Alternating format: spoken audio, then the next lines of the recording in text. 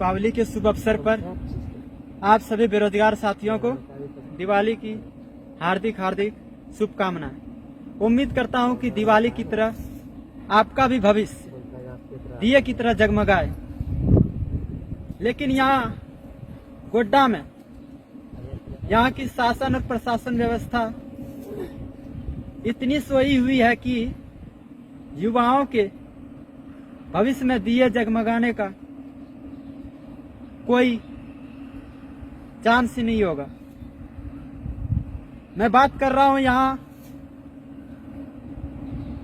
Adani power limited Godda में, जो कि यहाँ की एक अस्थायी कंपनी बन चुकी है, मगर यहाँ पर बेरोजगारों को, यहाँ के स्थानीय युवाओं को नौकरी देना यहाँ की कंपनी नहीं चाहती है। उसी संदर्भ में गोड्डा के कुछ युवा साथियों ने अगले साल कुछ मोर्चाओं ने मिलकर यहाँ पे आंदोलन का रूप दिया था। इसके पश्चात झारखंड सरकार के श्रम नियोजन विभाग के सचिव और अध्यक्ष मिलकर 29 जुलाई 2022 को एक पत्र जारी किए।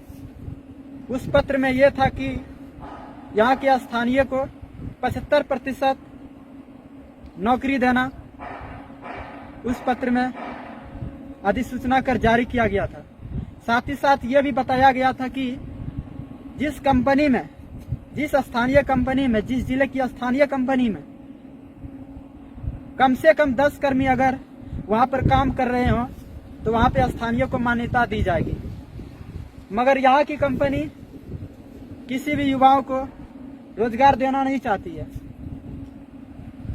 ये बात जब कुछ दिन बीतने के बाद, कुछ महीने बीतने के बाद हमारे पोड़ैयाहाट विधानसभा के माननीय विधायक श्री प्रदीप यादव जी 18 सितंबर 2022 को एक पत्राचार मुख्यमंत्री श्री हेमंत सोरेन जी के नाम किए। उस पत्राचार में यह था कि सर जी, यहाँ के युवाओं को अडानी पावर लिमिटेड गोड्डा के द्वारा स्थानीय युवाओं को नौकरी नहीं दिया जा रहा है।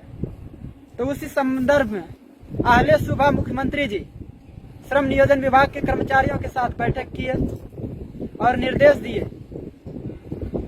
कि 1 महीना के अंदर सारी प्रक्रियाएं पूर्ण कर स्थानीय को रोजगार देने का काम करें। मगर उस पत्राचार का कोई वैल्यू नहीं रह गया, ना ही मुख्यमंत्री के आदेश का पालन किया जा रहा है। मैं यहाँ के स्थानीय जनप्रतिनिधियों से आग्रह करूंगा कि आप लोग युवाओं के भविष्य के साथ खिलवाड़ न करें। आप लोग भी आगे आकर युवाओं को सपोर्ट करें ताकि हम युवा इस स्थानीय कंपनी में रोजगार पा सकें। साथ ही साथ मैं आपको ये बताना चाह रहा हूं कि 29 जुलाई के पत्राचार में जो अधिनियम पास किया गया था झारखंड सरकार श्रम नियोजन विभाग के द्वारा, उसमें यह था कि यहाँ के युवाओं को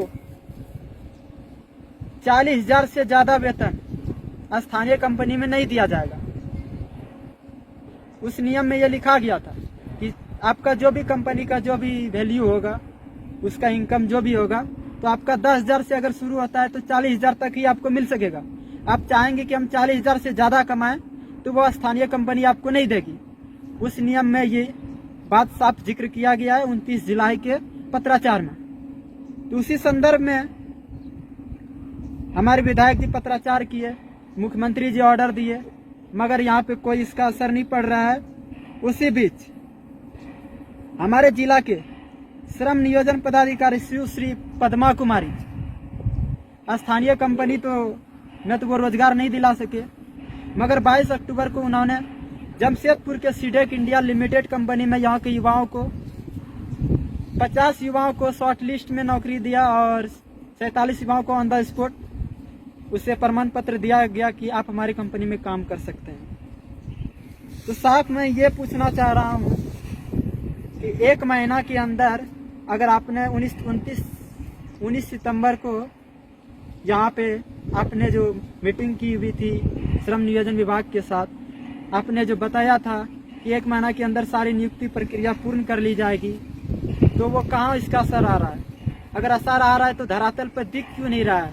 अगर धरातल पर दिख क्यों नहीं दिख रहा है तो इसका जिम्मेवार कौन है? यहाँ की शासन और प्रशासन व्यवस्था क्या कर रही है? अगर कंपनी इस ऑर्डर को नहीं मान रही है तो ये नियम लागू करने का फिर फायदा क्या हुआ हम युवाओं के लिए? अगर स्थानीय कंपनी में नौकरी ही नहीं दिया जाना था तो फिर आपने वो नियम बनाया क्यों?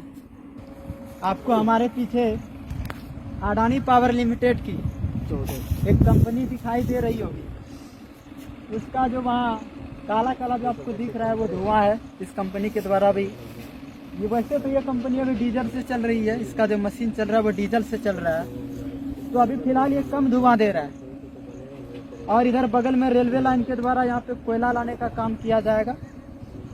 जब इससे कोयला से काम किया जाएगा यहाँ पे, तो आप उम्मीद कर सकते हैं कि ये धुआं और कितना जहरीला हो सकता है। वैसे तो यहाँ पे इस कंपनी में स्थानीय को रोजगार नहीं दिए हैं और ये धुआं खाने के लिए हम स्थानीय को रहने दे दिए।